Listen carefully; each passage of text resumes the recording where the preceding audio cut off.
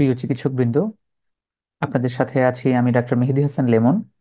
আজকে আপনাদের সাথে আলোচনা করব হেলথ মাস্টার ব্যবহার করে কিভাবে বিভিন্ন রকম সার্টিফিকেট, যেমন বার্থ সার্টিফিকেট, ডেথ সার্টিফিকেট, এগুলো ইস্যু করা যায় এবং শেয়ার করা যায়।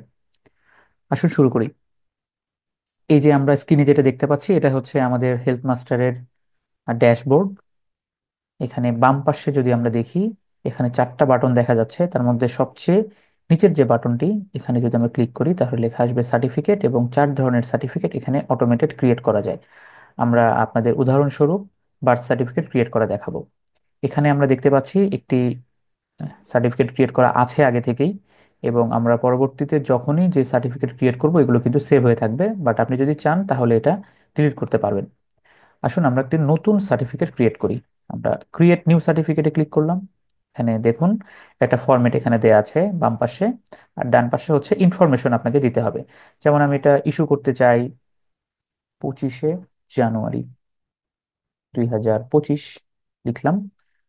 এখানে যার নাম ইস্যু করতে চাই তার নাম ধরুন এমডি আবুল হোসেন। আপনি খেয়াল করলে দেখতে পাবেন এই যে আমরা এখানে নাম লিখছি বা বিভিন্ন ইনফরমেশন লিখছি, এখানে কিন্তু অটোমেটেড লেখা হয়ে যাচ্ছে।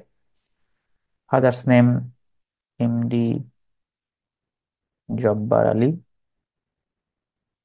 মাদার্স নেম MST কমলা, অ্যাড্রেস ধরুন বগুড়া সদর,